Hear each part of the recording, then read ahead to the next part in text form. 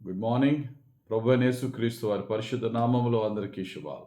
ఈరోజు మన అనుదిన ఆత్మీయ ఆహారంగా పౌలు భక్తుడు రోమిలికి రాసిన పత్రిక 2వ అధ్యాయము 1వ వచనాన్ని ధ్యానించుకుందాం.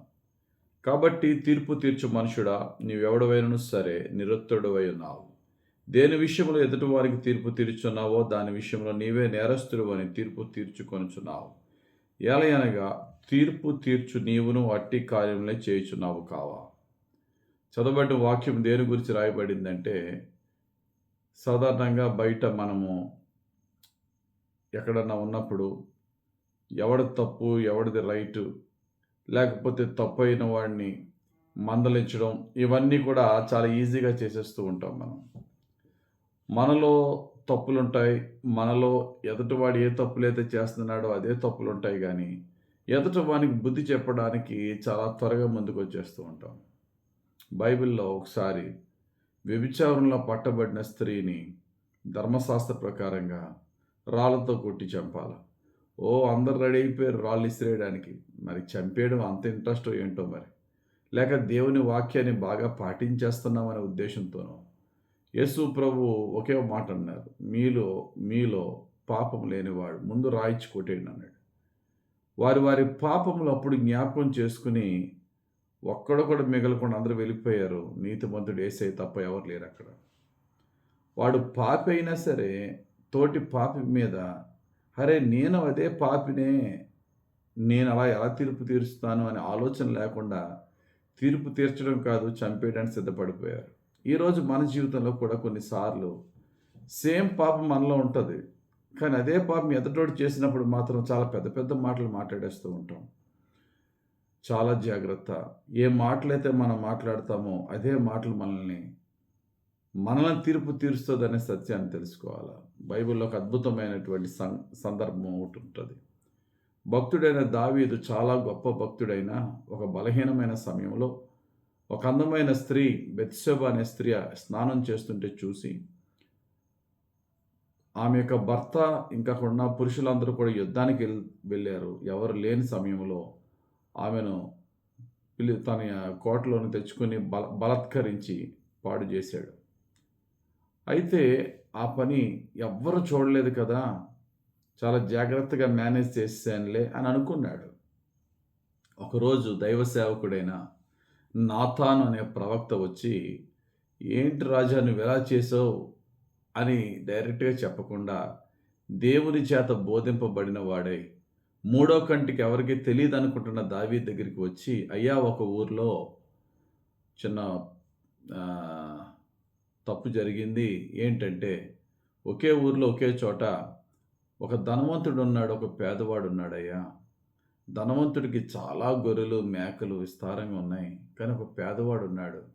ఆ పేదవాడికి ఒకే ఒక చిన్న గొర్రె పిల్ల ఉంది, ఆడ గొర్రె పిల్ల. దాన్ని అల్లారు ముద్దుగా పెంచుకుని దాని పక్కలోనే పడుకుని తను చాలా ప్రేమగా చూసుకుంటున్నాడు. ఈ ధనవంతుడి ఇంటికి సడన్గా ఒక రాత్రి గెస్ట్స్ వచ్చారు. తన ఫ్రెండ్ ఎవరో వచ్చారు. ఆ యొక్క వచ్చిన ఫ్రెండ్కి మంచి మాంసంతో భోజనం పెట్టాలని ఆలోచన కలిగింది. అతనికి ఎన్నో గొర్రెలు మేకలు ఉన్నా సరే వాటిని ఏది తీయకుండా తన పక్కింట్లో ఉన్న పేదవాని యొక్క ఆ ఆడగొర్రె పిల్లను వాడు దొంగిలించి దాన్ని చంపి వాళ్ళు తినేసారయ్యా. ఇది జరిగింది అంటే వెంటనే రాజు విని దావీదుకి చాలా కోపం వచ్చి, అటువంటి వాడు మరణశిక్షకు పాత్రుడాడు, వాడిని చంపేయాలి. అంతేకాదు ఆ పేదవానికి వాడు తీసుకున్న ఆ యొక్క చిన్న గొర్రెపిల్ల ప్లేస్‌లో 4 వెనక్కి ఇవ్వాలి. 4 గొర్రెపిల్లలు వెనక్కి ఇవ్వాలి. వీడు మరణశిక్షకు యోగ్యుడు. ఎవడా దుర్మార్గుడు అని దావీదు కోపంతో మండిపడ్డాడు. ఆ సమయంలో దైవ సేవకుడైన నాతాన్ అంటాడు, వాడెవడో కాదు నువ్వే. ఇదేంటి నేనెక్కడ గొర్రెపిల్లను దొంగిలించాను? నీకు అర్థం అవ్వడానికి ఎలా చెప్పా? ఆ గొర్రెపిల్లంటే నీ ప్రక్కనున్న పేదవాడైనటువంటి ఉరియా యొక్క ఏకైక భార్య. నీకు భార్యలు ఉన్నారు. నీకు కోరిక పుట్టింది. కోరిక తీర్చుకోవడానికి నీ భార్యల దగ్గరికి వెళ్లకుండా పక్కనోడు భార్యను దొంగిలించిన దొంగ నువ్వు కావా? దావీదు వెంటనే తన పాపాన్ని ఒప్పుకున్నాడు. దేవుని దగ్గర పశ్చాత్తాపడ్డాడు. దేవుడు దావీదుని శిక్షించి బాగు చేశాడు. దావీదు యొక్క మారు మనసును బట్టి. ఇక్కడ చూడండి దావీదు ఎంత ఫాస్ట్‌గా తీర్పు తీర్చాడో. వాడిని మరణశిక్షకు అప్పగించాలి. వాడు చేసిన దానికి 4 రెట్లు వాడు చెల్లించాలి. గబగబా తీర్పు తీర్చాడు. అందుకనే యేసు ప్రభు కొండ మీద చేసిన ప్రసంగంలో చక్కటి మాట అంటారు. అటువంటి తప్పులు కూడా మనలో పెట్టుకుని ఎదుటి వారికి తీర్పు తీర్చేస్తుంటే అటువంటి వారిని దేవుడు దేంతో సంబోధించాడంటే ఏ మాటతో? వేషధారి, యు హిపోక్రేట్. మత్తయి సువార్త 7:5 వేషధారి, మొదట నీ కంటిలో ఉన్న దూలమును తీసుకొనుము, అప్పుడు నీ సహోదరుని కంటిలో ఉన్న నలుసును తీసివేయుటకు నీకు తేటగా కనబడును. ఒకసారి వచనాల్ని, వాక్యాల్ని మన లైఫ్కి అప్లై చేసుకుంటూ ధ్యానించుకుందాం. ప్రభువా, ఎదుటి వాడిని తక్కువ చేసి మాట్లాడడం కానీ, వాడి తప్పుల్లో వాడిని తిట్టి నేనేదో పరిశుద్ధుడిగా వాడి ఎదుట బిల్డప్ ఇచ్చుకోవడం కానీ, ఇటువంటి నేచర్ నాలో ఎక్కువ తక్కువ కొంచెమైనా సరే మనం కంపేర్ చేసుకుంటాం కదా, ఆడంత కాదని కొంచెమైనా సరే నాలో ఉంటే ఇప్పుడే తీసేనాయన ఉందనాయన అటువంటి జీవితం నాలో శాశ్వతంగా తొలగించు. నీ నుండి శిక్ష నేను రాకముందే, నేను పొందుకోకముందే నీకు ప్రీతికరంగా నన్ను మార్చు ప్రభు అని దేవుణ్ణి అడుగుదాం.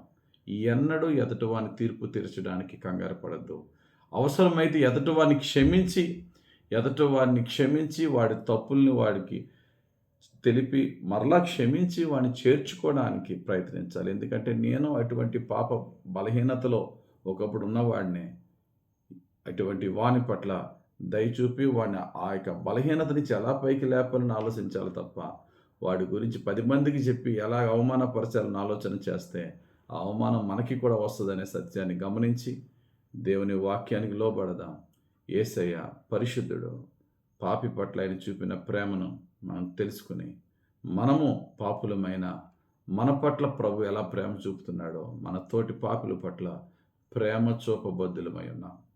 దేవుడి వాక్యం దీవించి మనలను యేసుక్రీస్తును పోలి నడిచేవారుగా పరిశుద్ధాత్ముడు నడిపించును గాక. ఆమేన్. పరిశుద్ధుడు అయిన మా తండ్రి, ధ్యానించిన వాక్యము మాకు రక్షణగా మార్చండి. ఎప్పుడునూ కూడా నోటి మాటయే కానీ క్రియే కానీ ఎదుటివాని తీర్పు తీర్చడానికి మేము ముందుకు వెళ్లకుండా కనికరం చూపడానికి మాత్రమే మేము ముందుకు వెళ్ళే జీవితం మాకు దయచేయమని, మమ్మల్ని క్షమించమని, రక్షించి కాపాడి పరిశుద్ధపరిచి పరిశుద్ధంగా జీవింపచేయమని యేసుక్రీస్తు ప్రభు నామములో ప్రార్థించి వేడుకొనుచున్నాం తండ్రి. ఆమేన్. తండ్రి యొక్కయు, కుమారుని యొక్కయు, పరిశుద్ధాత్మ దేవుని అభిషేకము మనల్ని సర్వసత్యంలో నడిపించి రక్షించి దీవించును గాక. ఆమేన్. God bless you. Have a very blessed day.